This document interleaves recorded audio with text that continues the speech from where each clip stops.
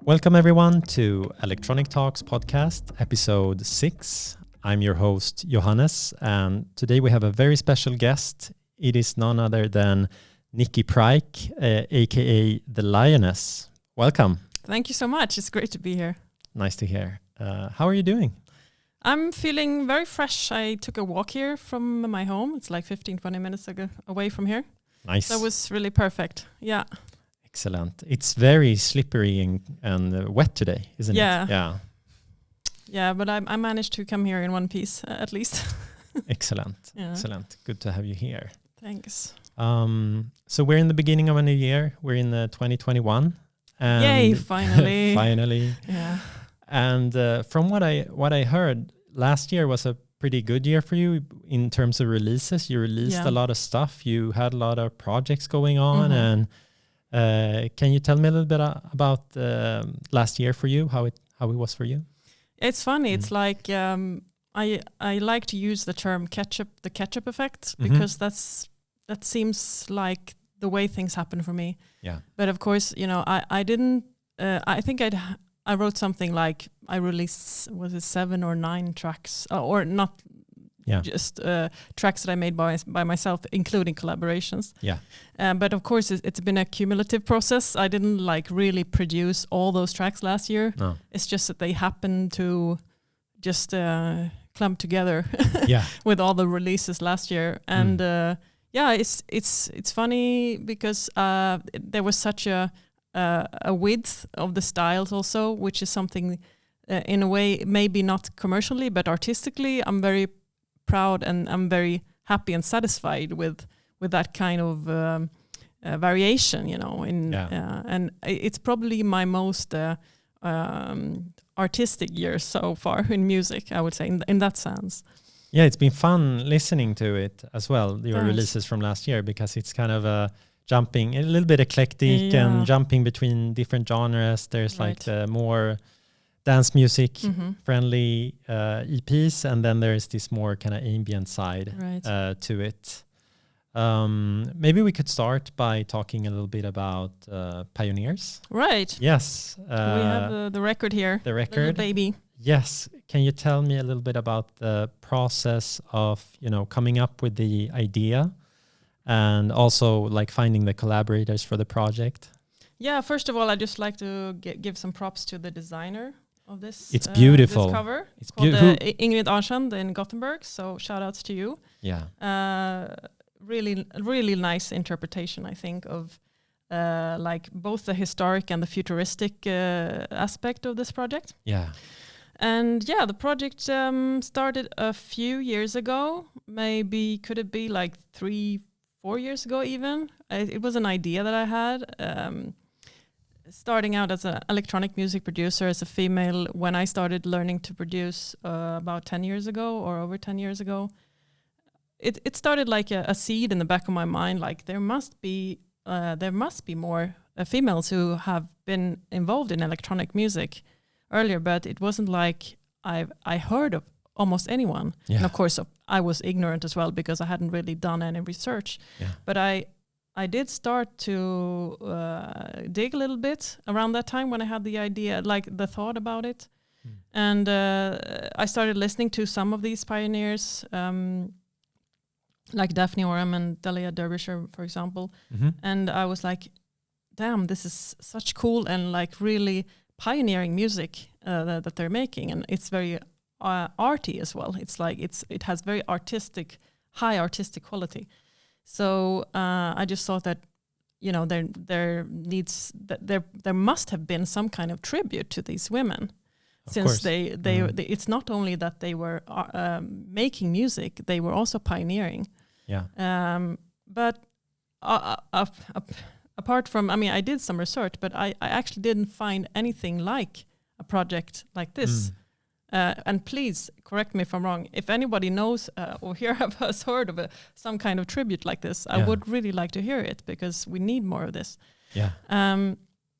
So anyway, I thought to myself after doing some research, like, okay, if I can't find it, I need to do this myself. It was just like a very strong intuition that this needs to be done. It needs to be out there. Excellent, like a calling. Yeah, it was something like this. And I was at a point in my own musical development where I felt also mature enough to take it on, because I also felt like some kind of pressure, like, oh, who am I to do this kind of, I'm not good enough or whatever. Yeah. And I think that's usually a very good sign that you're onto something good.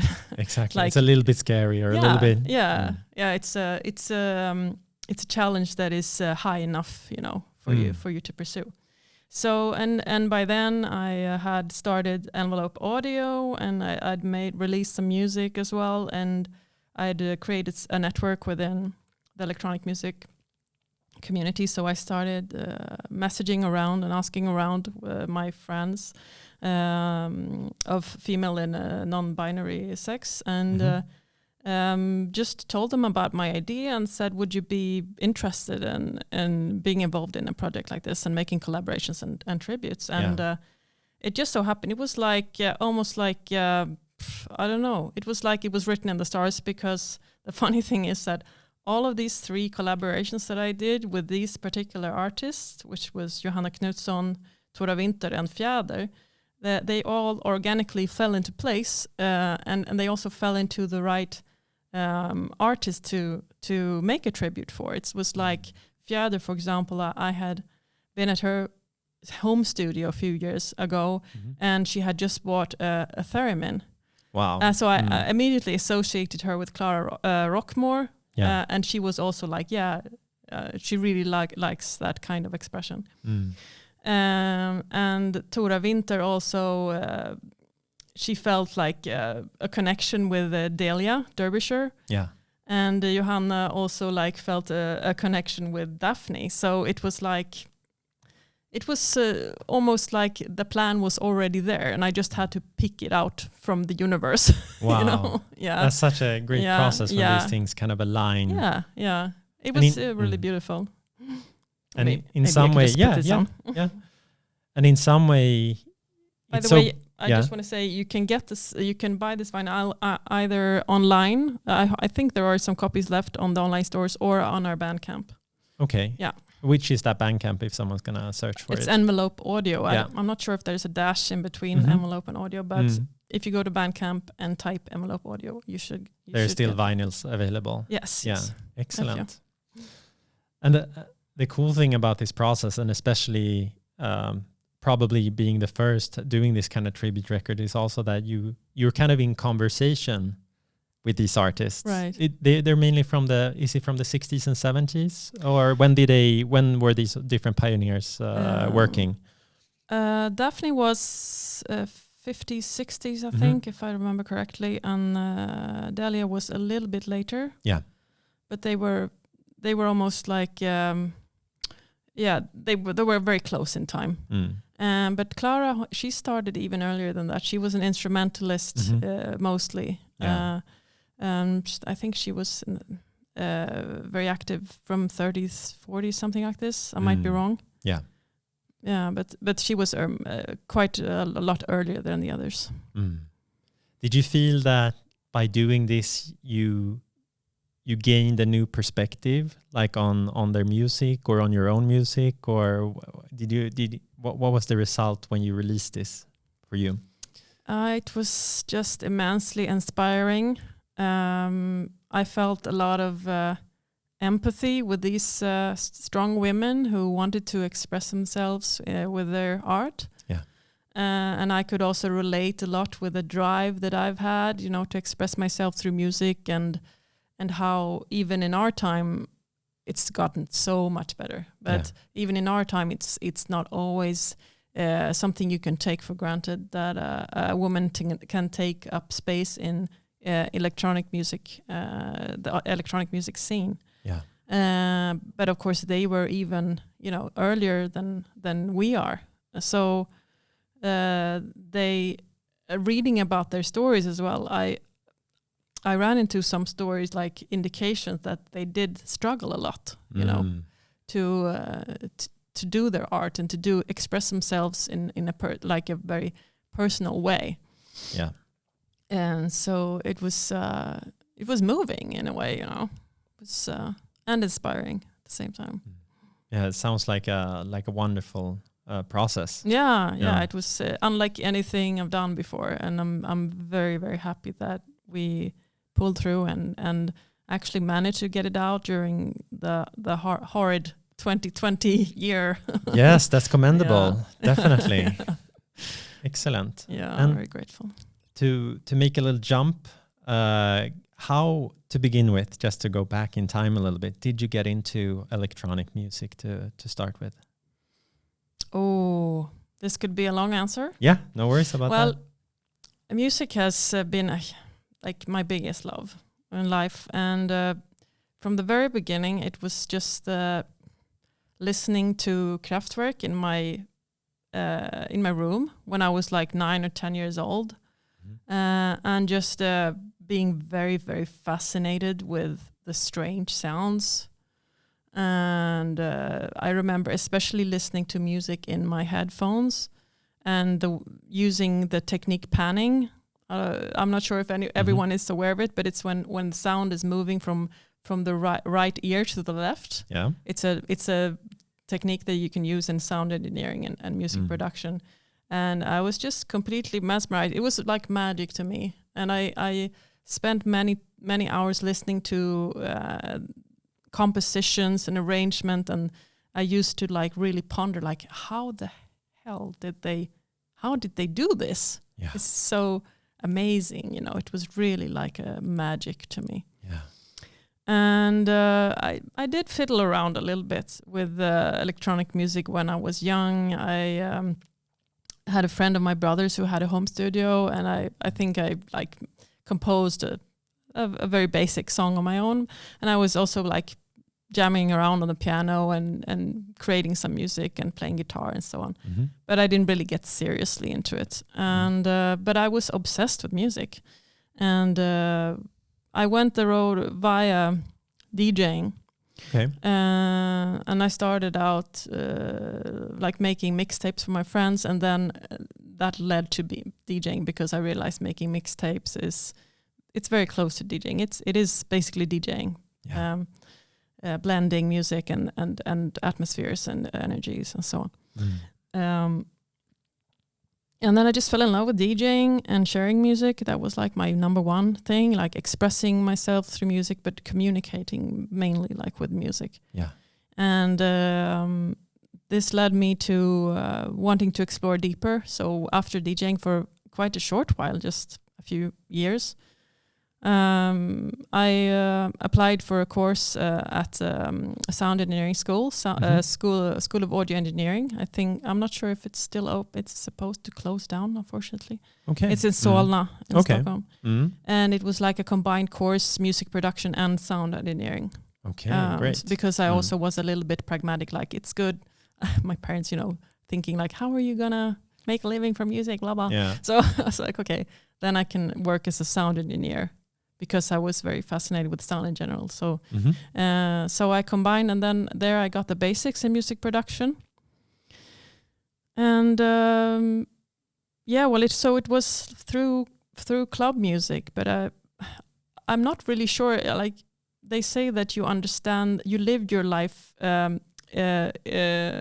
in one direction, and then you understand it in backwards direction. Yeah. So looking back at it now, why I chose electronic music to express myself with, I'm not really sure. Maybe it's because I became a DJ, but I also think it has a little bit to do with the tradition and culture of experimentation in techno, especially, which I'm very attracted to. I've always been like quite untraditional approach in my creativity. I always liked improvisation, and I didn't have the patience to learn to read music, like very basically. Yeah. But I never really could sit down that long to learn the scales and like practice as long as I needed. I might do that when I get older, old and wise and more patient. Yeah. It's still like in the back of my head, but Yeah, so partly because it was like relatively quick to get into, like a relatively quick tool, even though it has its challenges, definitely. Yeah. And I had a lot of resistance to learning the technology, to be honest. You know, it's something that I'm proud now that I challenged myself in that. But I think maybe it was shortcut for me to be able to express myself with music, but also, like I said, an area where I could experiment. And there's not really like many rules or dogmas around. There, of course, there are certain frameworks you work within. You work within a DAW, and when you do techno, you use like a kick, and usually, you know. But still, it's very free, and I feel like experimentation is encouraged. It definitely is. Yeah. So you felt you started doing those kind of productions, and it felt freeing to you. I actually started out trying to do more organic music, like because at the time I was playing soulful house, vocal house, and more loungy music in bars. I was having a residency at Nordic Light Hotel in Stockholm, and playing at a few club nights called Soulmate Stockholm. And they were mainly focused on like US garage and deep house and soulful house. And I did a few attempts to work with vocal house, but I felt like my musical training was far too restricted. Like I didn't have enough knowledge and I felt like the stretch there would take me a long time to get to the level where I felt like I can stand for this, you know. Yeah. So I gave that up pretty soon, and I tried to find another way, and I started exploring more of the electronic side of club music. Yeah. When I went more towards instrumental deep house, started playing around with that, and I did a few releases with that under the name of Nikki Pryke. Yeah. And there are a few bits and bobs on Spotify. Yeah, but it's quite far from what I do today. Yeah. And because we were talking a little bit about that, about especially last year, kind of how wide the releases were, and how some were more kind of traditional club music or dance music, whereas you've also been moving in a very interesting direction with this more kind of ambient music. You have a great track called Slow Vibration that came out last year, a very long kind of slow burner that I advise anyone to check out. And could you tell us a little bit about the process of that song? Like, how did you arrive at that kind of soundscape? Like, what? Yeah. It's a very mystical process and a mystical song for me. Okay. I'm not really sure what happened. It was like I was working. I usually do like this methodically when I work these days, is that I sit down and I just try to find one sound that I really dig, that I get into. I don't really mind so much like thinking about the direction, what style it should be, or now I'm gonna make a banger or blah blah blah. Like I just try to find one sound that I like. So I browse through a lot of sounds, and then I just play around with that sound until I find something interesting with it. Yeah. And I use a few, like maybe I choose 2 or 3 or 4 parameters to manipulate the sound, and I jam around with it. And as soon as I find something interesting, it like takes on a life of its own. And that's what happened with this. It's a backwards guitar sample. Okay. That is the base of the song. And it's funny because Samir at P3, he has like a music. P3 is a Swedish channel for it's directed towards like a younger audience when they play a lot of like popular music. But he has a show where he plays electronic music, club music mainly. He played it a few weeks ago, and he said it sounded like a raga. I don't know if you say that in English. And that's like an old traditional Indian type of music, which includes guitar, and it has a very monotonous, hypnotic quality, this kind of music. And I think like subconsciously that's what I was after, but I wasn't like aware of it. It's just that I was so turned on by this sound. I just loved. I was in a period of time where I really liked this kind of hypnotic feel. And of course, I mean, techno is hypnotic as well in one sense, but this was, I was very much in love with like ambient, slow, more slow textures. Yeah. So I just focused on that sound and looped it, and I just did like almost like a live take with the 2 or 3 different parameters where I just automized these different tools that I was using, and I didn't change anything more like that. And then I added a couple of more sounds, and that's it. That's great. Yeah. But that really plays into the whole kind of hypnotic feel and being present kind of in this kind of hypnotic mode. I think that that's what does it basically. Yeah, and and what you say also about being like present, I also think that I felt like a need to express my interest for meditation and this contemplative, more introspection, since especially this was very much present last year, I think, for a lot of people that they were isolated in their homes and they had to really like stop and think about their lives, and I wanted to kind of like give this song as a gift to the people who, and a support, like comfort also, like something warm, like a warm blanket or something.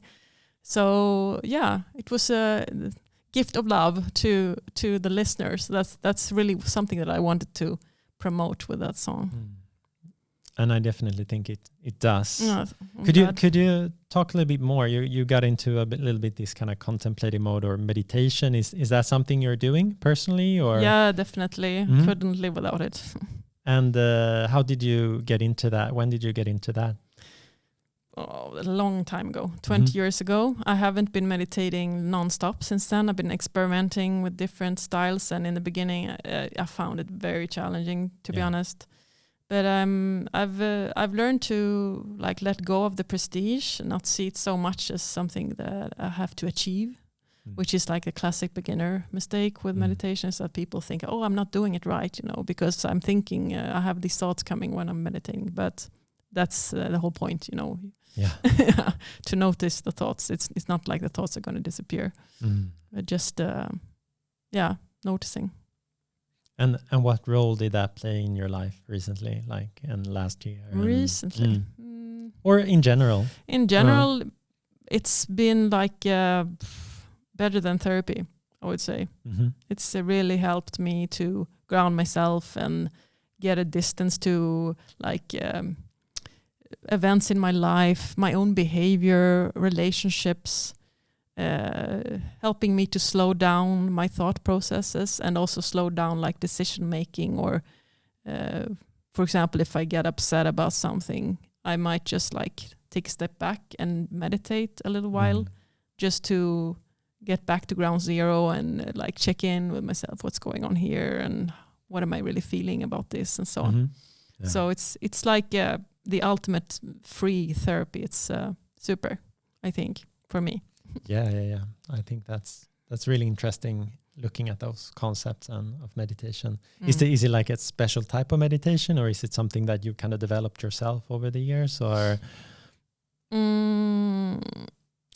I haven't really gotten like, I'm curious to get into like more Buddhist meditation, but I never really went to a school. I read a book, I think, when I started out, but it was very basic. It was more like mindfulness. What do you call mindfulness today? Because maybe it wasn't called mindfulness then. But I just mainly I'm just focusing on my breath, basically. So it's like a somatic meditation, like what's going on in my body. Yeah. And that usually helps me to calm down and relax. And it usually stills my mind as well. Yeah. So I like to keep things simple, to not complicate things and have a lot of like principles about, this is how you have to do this and then this and then this. No, that would be like the opposite purpose of meditation, to start more thoughts, That's very true. You kind of wanna empty your mind, right? So we could kind of lead that into your EP from last year called Guided. And that was very elegant. yeah. And that you have a song there with a sample called Empty Your Mind. Yeah. And I'm kind of a huge Bruce Lee fan. Oh, you spotted it. Yeah. So that's the sample from him. Yeah. And could you tell us a little bit the story about how you got into that? That sample and doing that song. Okay, well, I'll have to admit I'm not a huge I'm a fan of his, but I don't have a lot of knowledge about like his back. I haven't seen all his movies, or like I haven't read a lot about the philosophy about what he's about. But I know he's in a way a propagator for meditation and like mental focus, and I just like his vibe a lot, and that's usually how I work when I make music. I don't always have to have all the facts, about something. I follow my intuition, and at the point when I was making that track, I was like, I want to do something like that incorporates also like something with meditation or focus, or like this that he says that. Like keep your mind still like water, or floating like water. Yeah. So I just I went for search of a nice quote from him. Yeah. And this fitted very well. No, I like it how you kind of subtly put it in there. I'm so glad that you found it. Yeah.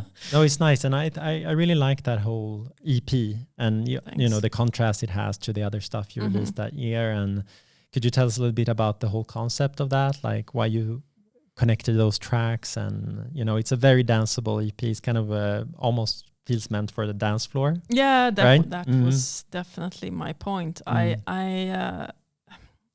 As Lioness, I released my first vinyl on Romb 2017. And those tracks were a mix of tracks that I'd made with different intent and also at different points. During a couple of years. A couple of them were quite introspective and contemplative and deep. Yeah. And one of them was more upbeat and playful, track 13. Yeah. And I had like a feeling that I needed to get a dance EP out of my system. Yeah. Like not just out of my system, but I really like felt excited to do one. I love these kind of tracks that are just like banging and just they have one purpose, and that is to make you dance. Yeah. You don't have to analyze anything. Like it's not complicated. It's just a kick and like a fun, uplifting mood. So I started working on like having that intent in my mind. Like now I'm contradicting myself. I say I don't always have an intent, but in that sense I had an intent, but it was more like a cluster track. So I think I did like 10 different tracks. And in the end, some of them went in another direction, and together with the one of the guys who runs the label that I released on, who happens to be one of the pioneers of Swedish techno, Kari Lekebusch. Yeah. We curated the EP together, you could say.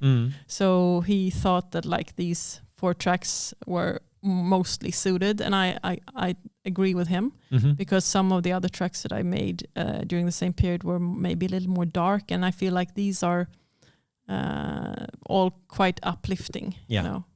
Yeah. Excellent. Yeah. So uplifting music. And there's an interesting aspect of the whole thing, like going from meditation to dance music. And I mean, some people even see like the dance floor or going to a club as some kind of meditation or hypnosis. Like what has that played a role for you as well? Like when you got into clubbing or dance music yourself? Or? Yeah. That was my experience. I think what drew me to the dance floor and drew me to DJing is that I experienced that feeling of no mind. Yeah. Like with some DJs who were really good, could really put me in a trance, and just floating away somewhere, not almost being aware of being in a room or where I was. Yeah. And just falling in love with that experience and wanting to spread it and give that to other people as well. Yeah. Yeah. And you've also been doing that because you started your own label, Envelope Audio. And what made you make that decision? And could you tell us a little bit about that journey, about starting a label in Sweden and, also, working with vinyl as you've done? Yeah. Well, I've had quite a lot of like parallel directions in working with music, as you mentioned.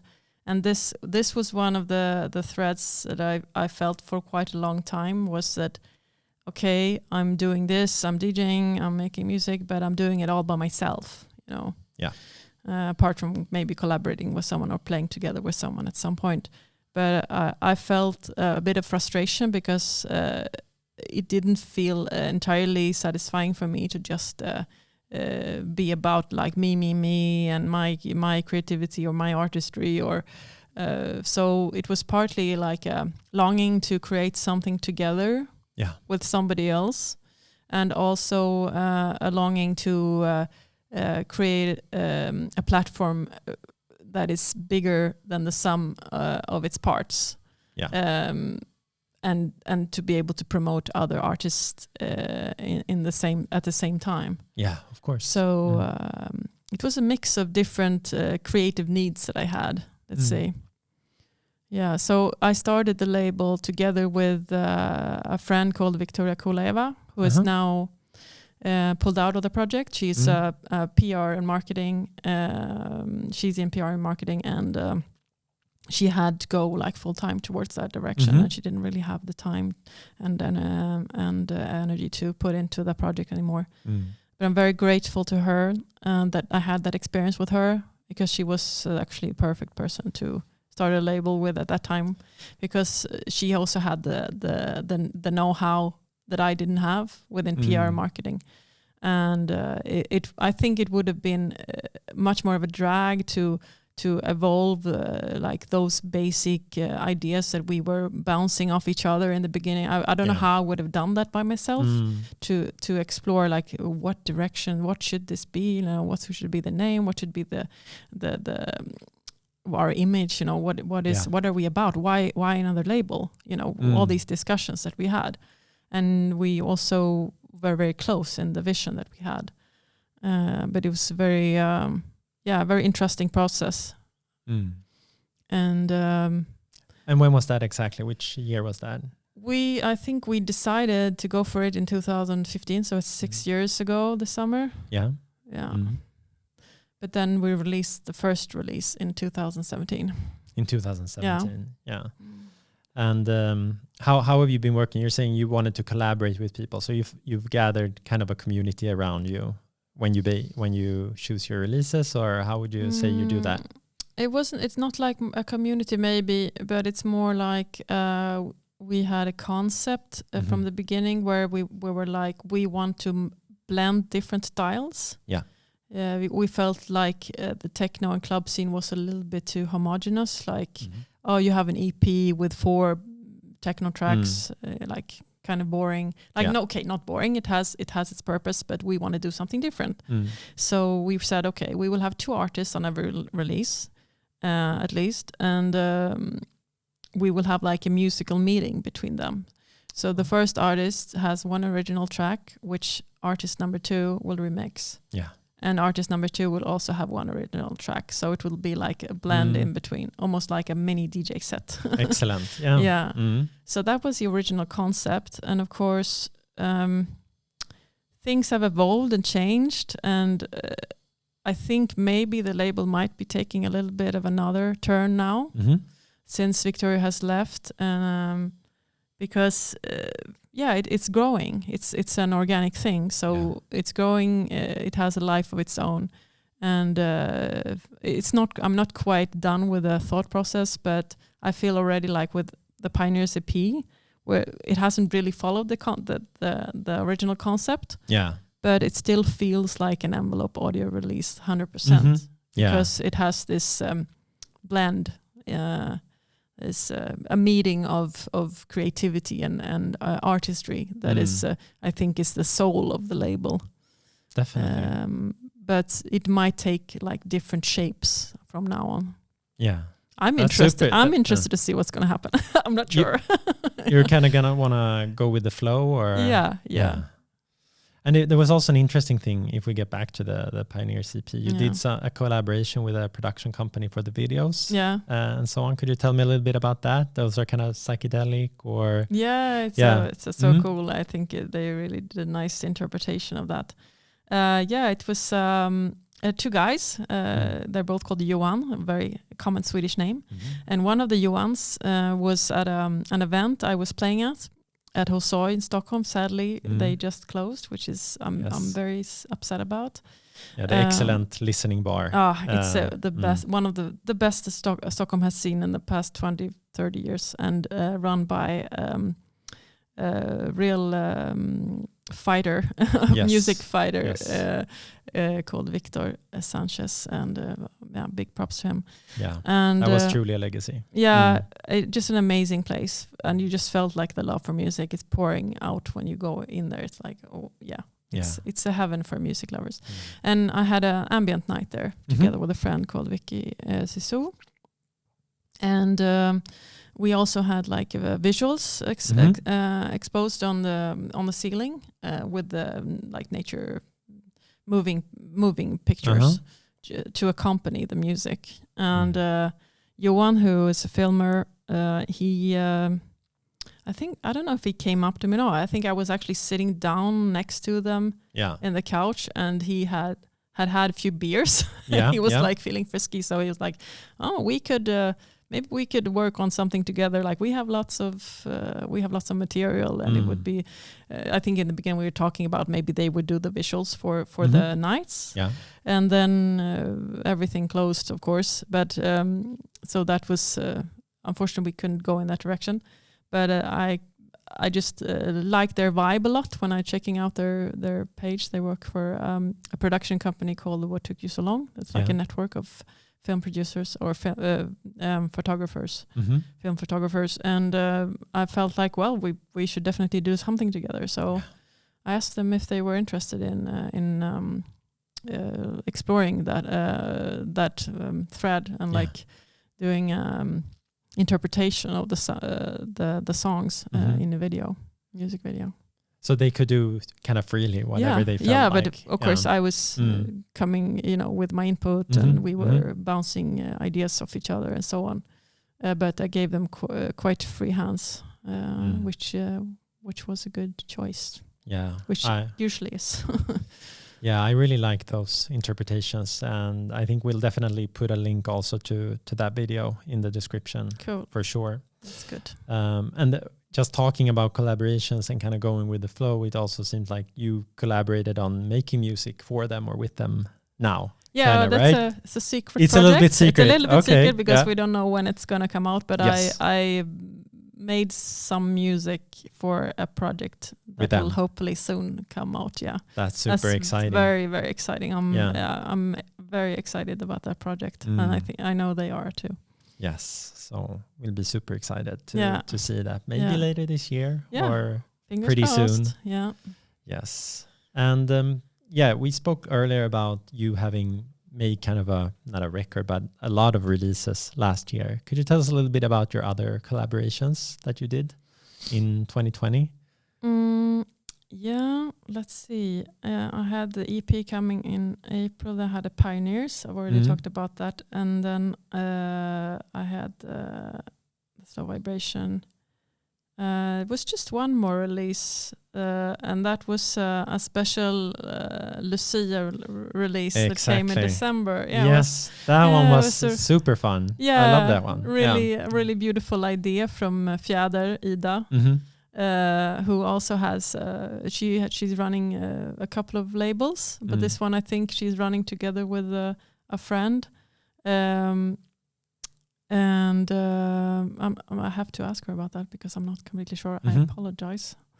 And yeah, she had an idea about doing like a theme EP with the theme Lucia. Yes, which is it's an old mythical figure in the Nordic countries about like a woman who brings light in the middle of the winter, and it's also something like a celebration that we have around the 13th of December. And I just thought it was super beautiful, and especially it was like also in the line of the whole of 2020. I felt like 2020 opened up, even if it was a very tough and challenging year, it opened up some very beautiful initiatives and possibilities. It's like I felt like people almost became more raw and honest in their creative expressions. And this was one of those opportunities that came up. Yeah. And I said straight away that I thought it was a great idea. So I did a collaboration with Ida Fjäder, and she used her voice and sang beautifully on a I don't know what you call it, like an idea that I had. Yeah. I love that. Yeah, when the voice kicks in. I really love that. Yeah. Really nice. We'll make sure, actually, we'll link that one too. We'll link everything so that people can find your latest work. Yeah. And could you tell us a little bit, if someone wants to follow you, for an instance, where should they go? Like, should they go? Could you tell us? Yeah. I'm not supposed to say my actual postal address now, right? No, exactly. Whatever medium is the best. You mentioned the Bandcamp before, right? Yeah, Bandcamp for Envelope Audio. I don't have my own artist Bandcamp. But I have a profile on Spotify. If you want to support my music, of course, buying the music is always a good idea. Yes. And if you just want to check out like what I sound like, a SoundCloud is good as well. I have all my tracks there. And also, if you just want to have like a news feed where I post what's happening musically, it's Instagram that I use mostly. But also my Facebook artist page. But I think Instagram probably, I'm more active there. Yeah, more up to date. Yeah. Yes. Excellent. I think that's about it for today. Okay, so cool. Thank you so much for coming. Well, thank you. It's been an honor. Yes, it's been great. And that was it for episode 6 of Electronic Talks podcast. You find us on all podcast platforms as usual, or in the video form on YouTube. Thank you very much, and see you soon again.